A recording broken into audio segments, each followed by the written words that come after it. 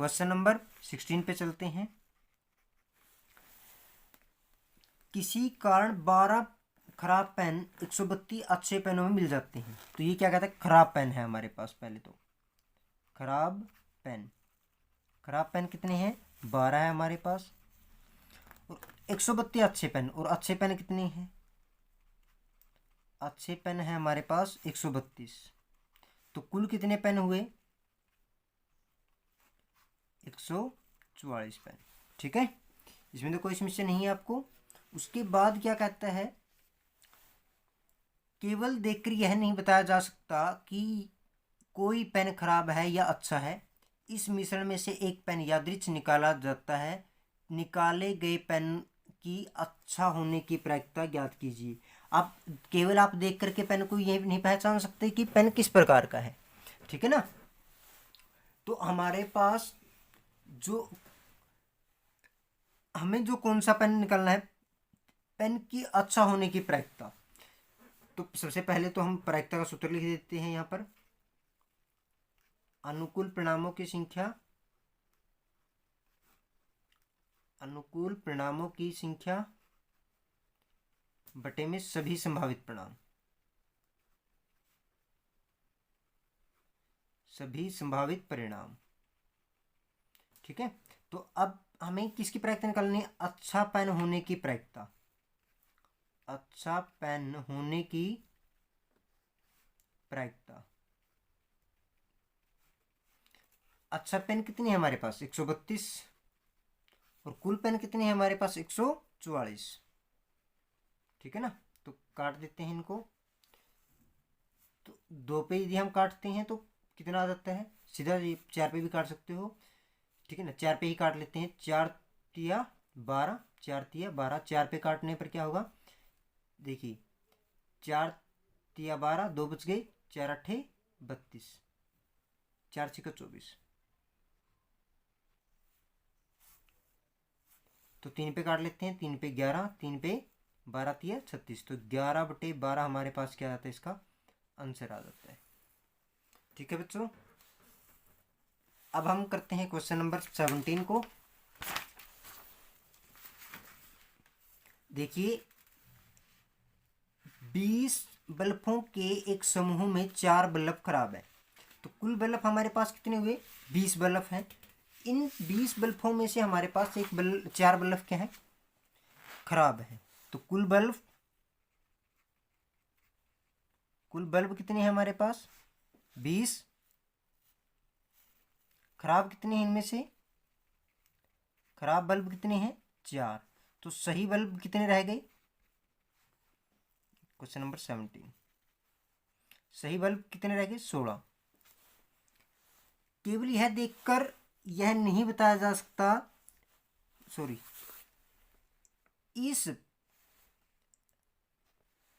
इस समूह में से एक बल्ब यादृच्छ निकाला जाता है। इसकी क्या प्रायिकता है, यह बल्ब खराब होगा। तो सबसे पहले तो ये सिंपल हमसे पूछ रहा है कि बल्ब के खराब होने की प्रायिकता हमें बतानी है।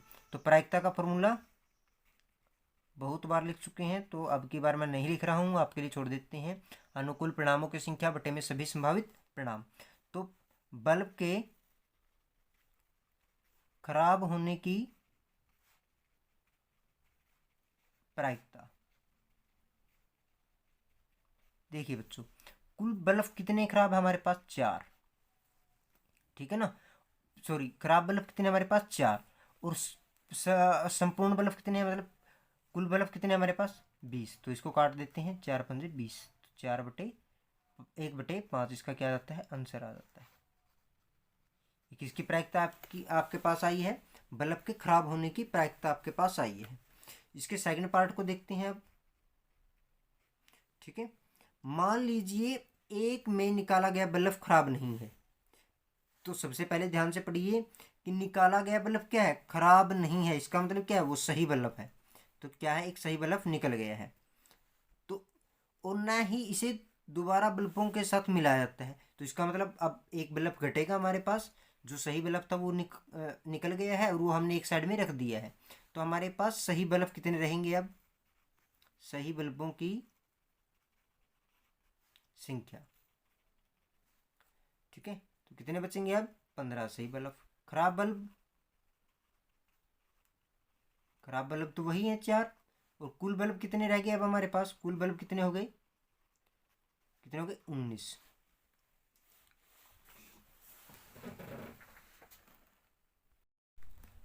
तो सही बल्बों की संख्या हमारे पास 15 थी, खराब बल्ब हमारे पास 4 थे, और कुल बल्ब हमारे पास क्या है? 19।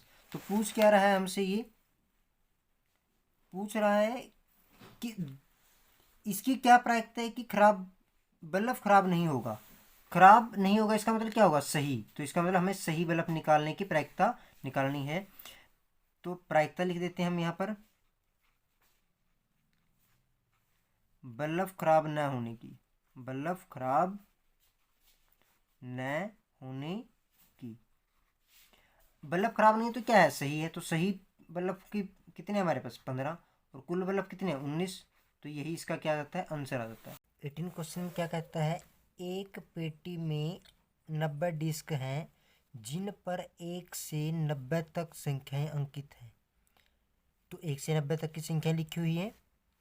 यदि इस पेटी में एक डिस्क यादृच्छिक निकाली जाती है तो इसकी प्रायिकता ज्ञात कीजिए कि इस डिस्क पर अंकित होगी 2 अंकों की एक संख्या। देखो बच्चों, सबसे पहले तो हमारे पास कुल परिणाम हम वो देख लेते हैं। कुल परिणाम कितने हैं हमारे पास? कुल परिणाम वो कितने बनेंगे? 90 बनेंगे, क्योंकि 1 से 90 तक की डिस्क है हमारे पास। ठीक है ना? तो कुल परिणाम तो 90 हो गए हमारे पास। तो इसकी प्रायिकता क्या बनेगी? 2 अंकों की एक संख्या। तो हम यहाँ पर लिखेंगे 2 अंकों की, 2 अंकों की एक संख्या। देखो बच्चों, हमारे पास 2 अंकों की एक संख्या कितनी होंगी? तो 2 अंकों की संख्या कहाँ से होती है? जैसे 10 है हमारे पास, ठीक है ना, एग्जाम्पल के लिए हम लेते हैं 10। तो ये अंक कितनी है? 2, लेकिन संख्या क्या है? एक ही संख्या है। इसी प्रकार से 90 तक हमारे पास कितनी संख्याएं हैं? ये जो 90 तक, जो 10 से लेकर के 90 तक की सभी संख्याएं हैं वो 2 अंकों की एक संख्या है। लेकिन अब आप इसके ऊपर भी गौर करिए कि जो पहली 9 हमारे पास बच गई, 1 से लेकर 9 तक की संख्याएं, वो तो एक अंक की एक संख्या है, इसलिए वो नहीं होंगी ना 2 अंकों की एक संख्या। तो इसलिए 90 में से पहले जो 9 नंबर होंगे, 1 2 3 4 5 6 7 8 एंड 9, इनको अब हम, ये तो एक अंक की एक ही संख्या है इसलिए हम इनको घटा देंगे, तो कितनी हो जाएगी? 81। तो 81 हमारे पास ऐसी संख्या है जो 2 अंकों की एक संख्या है। तो अब यहाँ पर हम लिख देते हैं प्रायिकता का सूत्र हमारे पास, बहुत बार लिख चुके हैं लेकिन फिर भी एक बार और लिख देते हैं। अनुकूल परिणामों की संख्या,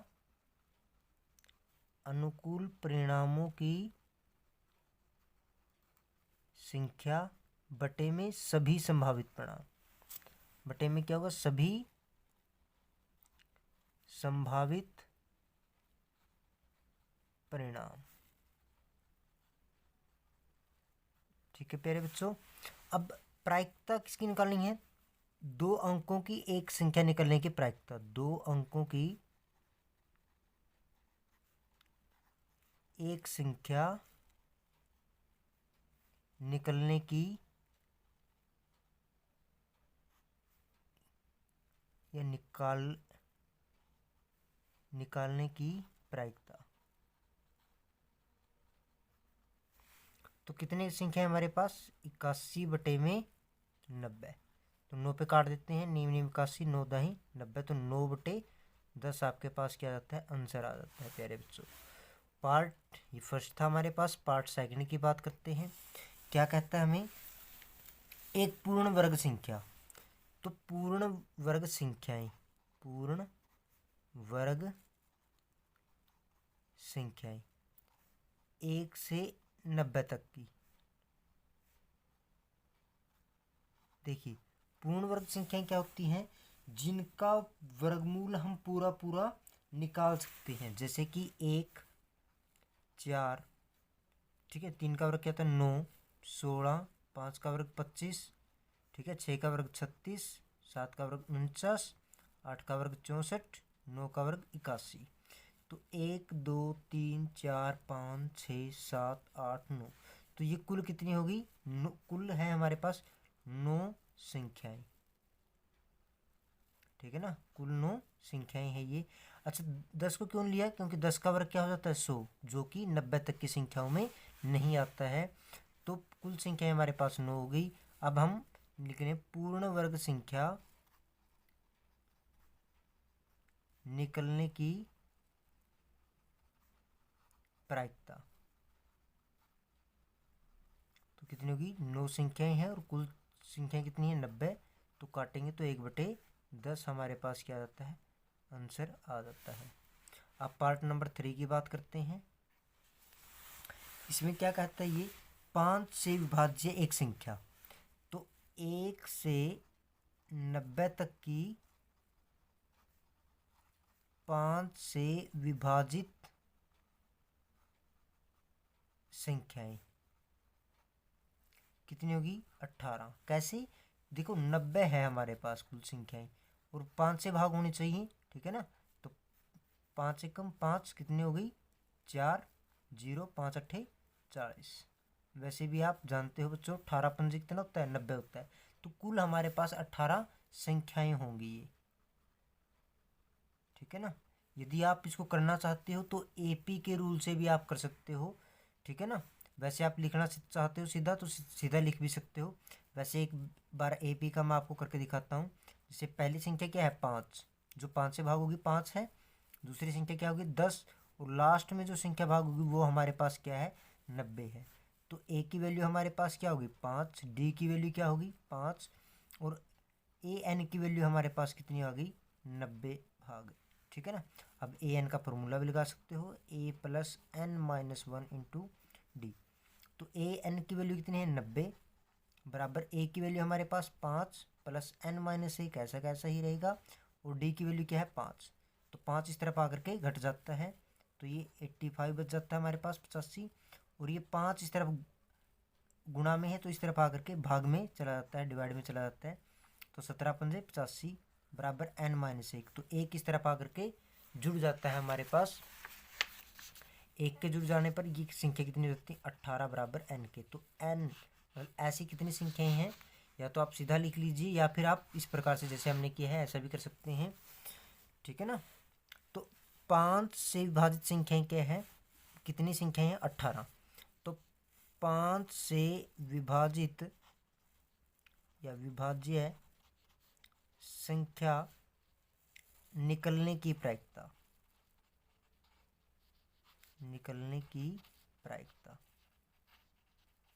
प्रोबेबिलिटी, ठीक है ना, संभावना। तो हमारे पास कितनी संख्याएं हैं 18, कुल संख्याएं कितनी हमारे पास 90। तो 18 पंजे 90, तो 1/5 इसका क्या आता है आंसर आ जाता है प्यारे बच्चों। अब हम करते हैं क्वेश्चन नंबर 19 को डिस्कस आपके साथ। देखिए क्या कहता है, एक बच्चे के पास ऐसा पासा है जिसके पलकों पर अक्षर अंकित है। जैसे कि ए लिखा हुआ है, ठीक है ना, यहाँ पे ए लिखा हुआ है, फिर बी लिखा हुआ है, फिर सी, फिर डी, फिर ई और फिर ए, ठीक है ना। अब इसकी क्या प्रायिकता है कि ए प्राप्त होगा, ठीक है ना। तो यहाँ पर लिख देते हैं कुल परिणाम। कुल परिणाम कितने बनते हैं हमारे पास 6 परिणाम होंगे, क्योंकि ये डाइस है, वैसे भी आप देख सकते हो। और एक तो यहाँ पर एक बार प्रायिकता का फॉर्मूला लिख देते हैं, अनुकूल परिणामों की संख्या बटे में सभी संभावित परिणाम।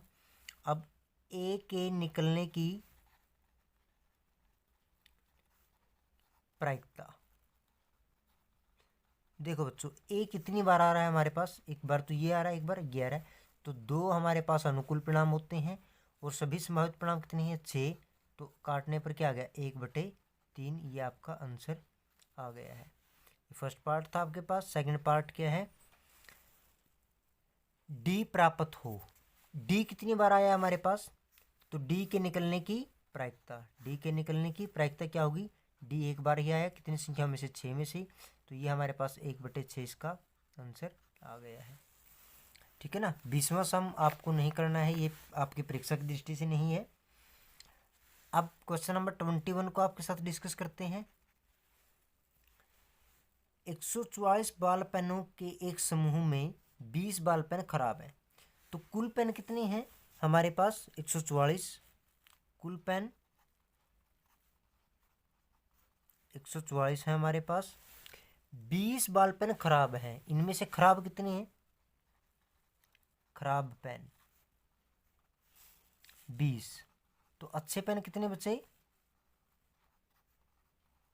अच्छे पेन हमारे पास बचते हैं 124, ठीक है ना, 20 को घटा दिया हमने। आप वही पेन खरीदना चाहेंगे जो अच्छा है, परंतु खराब पेन आप खरीदना नहीं चाहोगे, ठीक है ना, हम अच्छा पेन ही खरीदना चाहते हैं। दुकानदार इन पेनों में से यादृच्छिक एक पेन निकाल कर आपको देता है, इसकी क्या प्रायिकता है? आप वह पेन खरीदेंगे, ठीक है ना, तो आप वह पेन खरीदेंगे। आप कौन सा पेन खरीदना चाहोगे? जो अच्छा होगा। तो सबसे पहला पार्ट में क्या पूछ रहा है? सीधे तौर पर अच्छा पेन निकलने की प्रायिकता, ठीक है ना। तो पहले हम प्रायिकता का सूत्र लिखेंगे और अब उसके बाद लिखेंगे आप वह पेन, या फिर अच्छा पेन निकलने की प्रायिकता भी सीधा आप लिख सकते हो, अच्छा पेन या फिर सही पेन निकलने की प्रायिकता। तो अच्छा पेन कितने हैं हमारे पास? अच्छे पेन है 124 बटे में क्या है? कुल पेन 144, तो 2 पे काट देते हैं। 2 छिकू 12, 2 दूनी 4, 2 पे 2 सत्ते 14, 2 दूनी 4, ठीक है। 2 पे फिर काटते हैं हम 31, 2 पे 36, तो 31/36 ये आपका क्या आ गया? आंसर आ गया। सेकंड पार्ट की बात करते हैं। सेकंड पार्ट में क्या कहते हैं ये आपके पास कि आप वह पेन नहीं खरीदेंगे। आप कौन सा पेन नहीं खरीदोगे? जो पेन अच्छा नहीं है, ठीक है ना। तो इसका मतलब क्या है? पेन खराब होगा, तो खराब पेन निकलने की प्रायिकता, खराब पेन निकलने की प्रायिकता। तो खराब पेन कितने हैं हमारे पास? खराब पेन है हमारे पास 20, और कुल पेन कितने हैं हमारे पास? 144, तो 2 पे काटेंगे तो 10, 2 से 14, 2 दूनी 4, 2 पे 5, 2 पे 18, तो 5/18 ये आपका क्या आ गया? आंसर आ गया है। देखिए भाई, अब हम करते हैं क्वेश्चन नंबर 22 को। देखिए 22 क्वेश्चन में क्या कहते हैं? ये 22वें क्वेश्चन में उदाहरण 13 को देखिए, निम्नलिखित सारणी को पूरा कीजिए। अब देखिए उदाहरण नंबर 13 में क्या कहता है? ये आपके पास 2 डाई है, उनको एक साथ उछाल दिया गया है और उनके परिणामों को यहाँ पर नोट कर लिया गया है, ठीक है ना। अब ये हमसे क्या कहता है कि ये जो सारणी दी गई, ये सारणी हमें पूरा करनी है। घटना 2 पासों की संख्याओं का योग, 2 पासों को उछाल दिया है, तो ये जो योग है, योग का मतलब क्या होता है? जोड़। तो जोड़ आपके पास 2 आ जाना चाहिए, उसकी प्रायिकता क्या होगी? देखिए जोड़ 2 आने में जोड़ क्या करना है? सबसे पहले हमें जोड़ चाहिए था 2, सबसे हमें संख्याओं का जोड़ क्या होना चाहिए था? 2। तो ऐसे कितने परिणाम है? एक ही परिणाम बना था, तो इसलिए इसकी प्रायिकता क्या होगी? 1/36। अगली बार जो है हमें जोड़ चाहिए था 3, तो 3 किन का जोड़ आएगा हमारे पास? एक तो आएगा 1 2 का, और एक आएगा 2 1 का, ठीक है ना। तो ऐसे कितने परिणाम बने थे? 2, तो 2/36 आपके पास आंसर आ जाएगा। इसी प्रकार से संख्याओं का जोड़ कितना होना चाहिए? 4। तो 4 जो संख्याओं का जोड़ है वो सिर्फ 3 ऐसी संख्याएं हैं जिनको अभी मैंने रेड कलर से डिनोट किया है, तो इन तीनों का सम ही हमारे पास 4 आ सकता है। 1 3, 2 2 और 3 1, तो 3/36 उसका आंसर आ जाएगा। आप बाद में इनको काट लेना, ठीक है ना, ऐसे 3 पे 12। इस प्रकार से आपके पास ये 1/18 आंसर आ गया, ये 1/12 आंसर आ गया। उसी प्रकार से संख्याओं का जोड़ कितना होना चाहिए? 5। तो 5 किन किन का आएगा? 1 4 1 5, 3 2 5। इसी प्रकार से ये आपके पास संख्याओं का जोड़ जो है 5 आ रहा है। तो कितनी संख्या है? 4, तो 4/36, तो 4 निमा 36, तो 1/9 इसका आंसर आ जाएगा, ठीक है ना। तो बहुत ही आसान है ये ऐसा करना। इसी प्रकार से आप आगे भी इनको कंटिन्यू करके निकाल सकते हो। ठीक है ना। तो इस प्रकार से आप इस टेबल को पूरा कर लेंगे। अब आगे क्या कहता है सेकंड वाले पार्ट में, एक विद्यार्थी यह तर्क देता है कि यहाँ कुल 11 परिणाम 2 से लेकर के 12 तक की संख्या हैं जो, अतः प्रत्येक की प्रायिकता 1/11 है। सभी की प्रायिकता 1/11 हो सकती है क्या? नहीं हो सकती। क्या आप इस तर्क से सहमत है? सैकड़ों उत्तर दीजिए। नहीं, हम इस बच्चे ने जो आंसर दिया है उससे हम क्या सेटिस्फाई नहीं है, हम उससे सहमत नहीं है, क्योंकि हमारे पास जो संख्याओं की जो इवेंट है, जो हमारे पास कुल परिणाम है वही हमारे पास 36 बैठते हैं, क्योंकि कुल परिणाम ही हमारे पास 36 है। तो इसका आंसर 1/8 आने की तो कोई भी संभावनाएं हो ही नहीं सकती। ठीक है ना। तो इस प्रकार से आप इस उत्तर को लिख सकते हैं। अब हम क्वेश्चन नंबर 23 पे चलते हैं। ठीक है ना। एक खेल में 1 रुपए के सिक्के को 3 बार उछाला जाता है। तो हमारे पास ये जो है, हमने इसमें लिखा था कि एक सिक्के को जब हम 3 बार उछालते हैं तो कितने परिणाम आते हैं हमारे पास? 8 परिणाम आते हैं। प्रत्येक के परिणाम को लिख लिया जाता है, तो हमने इन परिणामों को यहाँ पर लिख लिया है। यदि परिणाम समान होने पर, तीनों परिणाम समान होने पर, अर्थात 3 चित या 3 पट होने पर हनीफ खेल में जीत जाता है। तो प्यारे बच्चों, यदि या तो तीनों हेड आ जाएं या तीनों टेल आ जाएं तो हनीफ खेल में जीत जाएगा, अन्यथा वह हार जाएगा। तो हनीफ के खेल में, या पहले भी लिख देते कुल परिणाम। ठीक है ना। 8 हो गए। आपने ये लिख करके दिखाने हैं। जो हनीफ, ये जो लड़का है, हनीफ को जिताने वाले परिणाम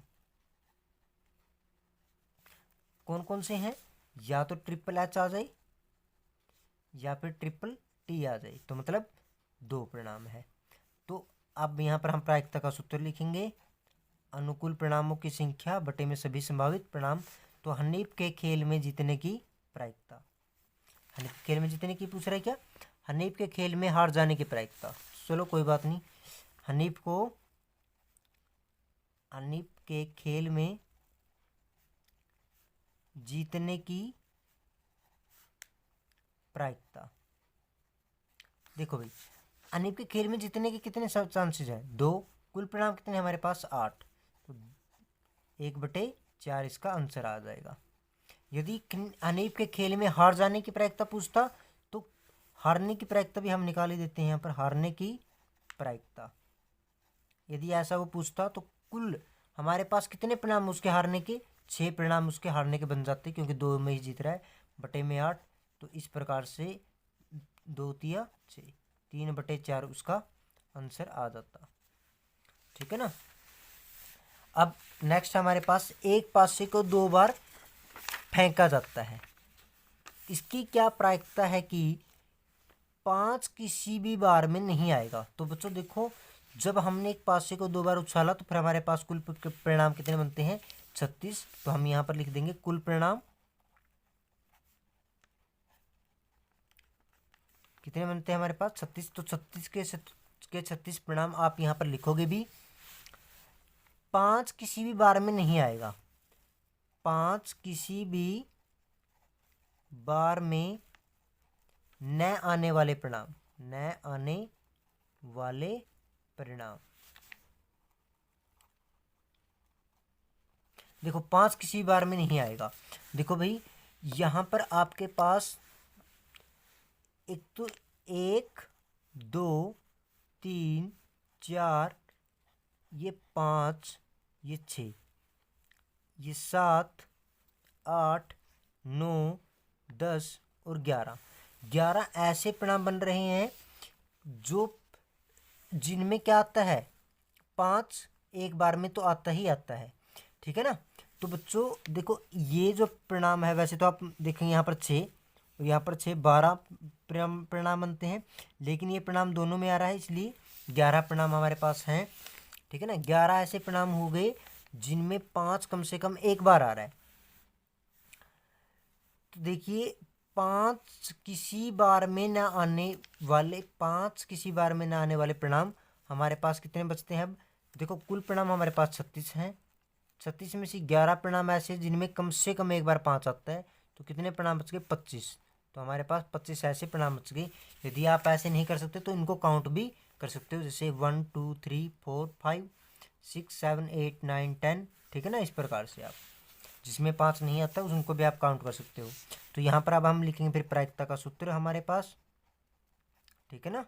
तो प्रायिकता का सूत्र लिखोगे, अनुकूल परिणामों की संख्या बटे में सभी संभावित परिणाम। 5 किसी भी बार में नहीं आएगा, 5 किसी भी बार न आने की प्रायिकता।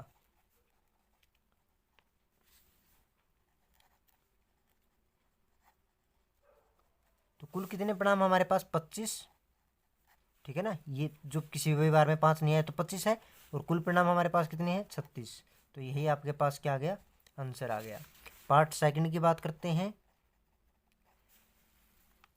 5 कम से कम एक बार आएगा, तो 5 कम से कम एक बार न आने की नहीं, अब की बार आने की प्रायिकता है ना। 5 कम से कम एक बार आने की प्रायिकता क्या होगी, कितने परिणाम है हमारे पास, कुल परिणाम हमारे पास जो बचते हैं वो 11 बचते हैं, है ना। जो ऐसे 11 ऐसे परिणाम थे जिनमें 5 कम से कम एक बार आ रहा था, और अब अपोन में कर लेंगे टोटल केसेस। तो टोटल केसेस कितने हमारे पास, कुल परिणाम कितने 36। तो आपका ये आंसर आ जाता है, ठीक है प्यारे बच्चों। अब हम करते हैं 25वां क्वेश्चन। 25वें क्वेश्चन में क्या कहता है कि आपको सत्य और असत्य बताना है। यदि दो सिक्कों को एक साथ उछाला जाता है तो 3 संभावित परिणाम 2 चित या 2 पट या प्रत्येक एक बार है, अतः इनमें से प्रत्येक परिणाम की प्रायिकता 1/3 होगी। देखिए जब हम 2 सिक्कों को उछालते हैं तो हमारे पास परिणाम कितने बनते हैं, या तो दोनों हेड या दोनों टेल, ठीक है ना, हेड टेल या फिर टेल हेड, ये 4 परिणाम बनते हैं, ठीक है ना। बेसिक में भी आपको करवाया था। जब हमारे पास ये बनते हैं तो प्रत्येक, ये कहता है कि 2 चित आने पर, मतलब 2 हेड आने पर 2 पट या फिर 2 टेल आ जाए, तो प्रत्येक एक बार आ जाए तो सभी की प्रायिकता 1/3 होगी। नहीं भाई, इसकी प्रायिकता कितनी होगी 1/4। दोनों टेल आने की प्रायिकता भी क्या होगी 1/4, क्योंकि एक ये परिणाम आ रहा है और टोटल परिणाम हमारे पास कितने बनते हैं 4। तो ये तो 1/3 कह रहा है, तो इसका मतलब ये क्या है, गलत है। ये हमारे पास क्या हो गया, असत्य हो गया पहला तो, ठीक है ना। क्वेश्चन नंबर 25 है ये। और अब सेकंड पार्ट में क्या कहता है, इसके सेकंड पार्ट में कहता है यदि एक पासे को फेंका जाता है तो इसके 2 संभावित परिणाम एक विषम संख्या या एक सम संख्या है, अतः एक विषम संख्या ज्ञात करने की प्रायिकता 1/2 होगी। ये तो बिल्कुल सत्य कह रहा है भाई, क्योंकि एक पासे को जब हम फेंकते हैं तो हमारे पास 1 2 3 4 5 या 6 हो गया, ठीक है ना। अब सम संख्याएं कौन सी है इसमें से 2 4 और 6, तो सम संख्या निकलने की प्रायिकता क्या होगी, सम संख्या निकलने की प्रायिकता, ठीक है ना। मैं यहाँ पर लिख देता हूँ, तो 3/6 तो 1/2। इसी प्रकार से विषम संख्या निकलने की प्रायिकता भी क्या होगी 1/2 ही आ जाएगी, क्योंकि 3 हमारे पास विषम संख्याएं हैं, 1 3 और 5। तो विषम संख्या की 1/2 कह रहा है, तो बिल्कुल सत्य कह रहा है। तो इस प्रकार से ये आपका सम हो गया। तो प्यारे बच्चों हमने एक क्वेश्चन को यहाँ पर शुरुआत में छोड़ा था, क्वेश्चन नंबर 2 शायद, हाँ। समप्रायिक शब्द को अब पहले समझते हैं, उसके बाद इसके आंसर को हम करेंगे। हमने ये प्रश्न इसलिए भी छोड़ा था आपके पास क्योंकि ये प्रश्न आपकी परीक्षा की दृष्टि से अच्छा नहीं है, और ये कभी आया भी नहीं है कभी भी आपके पास किसी बोर्ड में। तो शब्द, इसका जो मेन अभिप्राय है इस क्वेश्चन को देने को, एक शब्द समझाना है समप्रायिक। समप्रायिक सब इस अर्थ को जान लो, आपके पास सभी के जो आंसर आप आराम से दे पाओगे। समप्रायिक वो होते हैं जिनके घटने की संभावना बिल्कुल आधी आधी रहती है, जैसे कि हमने अभी ये किया, जिसके घटने की संभावना क्या है बराबर रहती है, जिनकी प्रायिकता क्या होती है बराबर होती है। जैसे अभी हमने एक पासे को फेंका था, उसमें सम और विषम संख्याओं के आने की प्रायिकता क्या रही, 1/2 रही। सम और विषम दोनों की एक जैसी रही। तो ये जो परिणाम होंगे हमारे पास, ये समप्रायिक परिणाम होंगे, जिनकी प्रोबेबिलिटी, जिनकी प्रायिकता हमेशा बराबर आती है। ठीक है ना।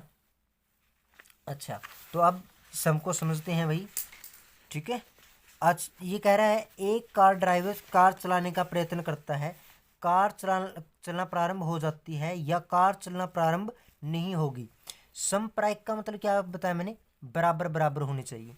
अच्छा, आप थोड़ा सा लॉजिकली सोचिए।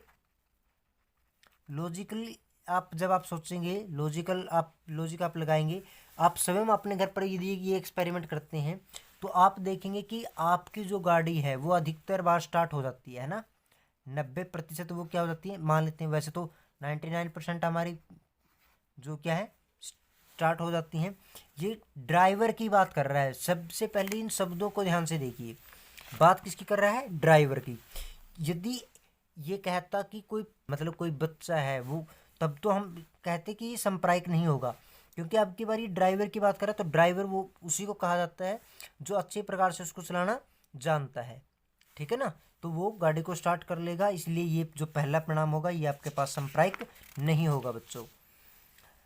अच्छा, एक खिलाड़ी, देखिए खिलाड़ी भी किसी को कहते हैं जो एक्सपर्ट होता है वो अपने खेल में। जैसे कि मैं बात करता हूँ महेंद्र सिंह धोनी की, कि वो क्रिकेट के क्या हैं, खिलाड़ी हैं। क्यों? क्योंकि वो अच्छे प्रकार से उस खेल को खेलना जानते हैं। ठीक है ना। यदि एक सामान्य व्यक्ति होता तो उसको, एक सामान्य व्यक्ति को खिलाड़ी नहीं कहा जाता। जैसे यदि महेंद्र सिंह धोनी को ये कहा जाए कि वो जो एक रेसलिंग के प्लेयर हैं या कोई अन्य खेल उनको दे दिए जाए तो उसके खिलाड़ी थोड़ी ना होंगे वो। ठीक है ना। तो बास्केटबॉल को बास्केट में डालने का प्रयत्न करती है, देखो वो खिलाड़ी है, वो उसको डालने का प्रयत्न कर रही है, वह बास्केट में बॉल डाल पाती है या नहीं डाल पाती। देखो भाई, जब वो खिलाड़ी है, आप इन शब्दों की तरफ ध्यान दीजिए, क्योंकि वो एक खिलाड़ी है तो वो ऐसा कर पाएगी। खिलाड़ी उसी को कहते हैं जो उस खेल में थोड़ी सी ज़्यादा एक्सपर्टनेस होती है उसके पास। तो इसलिए जो परिणाम है वो संप्रायिक नहीं होंगे। ठीक है ना। तो इसलिए ये जो है ये भी आपके पास संप्रायिक नहीं होगा। एक सत्य असत्य का प्रश्न है, प्रश्न पर अनुमान लगाया जाता है। अभी की बार देखिए, अनुमान लगाया जाता है, सूत्र सही है या गलत होगा तो उसकी बताना है कि संप्रायिक होगा कि नहीं होगा। बिल्कुल ये आपकी बार संप्रायिक होगा, क्योंकि भाई देखो सत्य और असत्य का प्रश्न है और आपको अनुमान ही लगाना है। आप उसके एक्सपर्ट नहीं हो अब की बार, है ना, अनुमान ही लगा रहे हो ना, तो एक्सपर्ट नहीं हुए। तो इसीलिए अब की बार जो परिणाम होंगे आपकी बार आपके पास वो संप्रायिक होंगे। एक बच्चे का जन्म होता है, वह एक लड़का है या एक लड़की है। देखो भाई, जो जो हमारे पास केसेस होते हैं इस प्रकार के, ये बिल्कुल हमारे पास क्या होगा, संप्रायिक परिणाम होंगे, क्योंकि या तो लड़का होगा या फिर लड़की होगा। ठीक है ना। तो thanks for watching my video.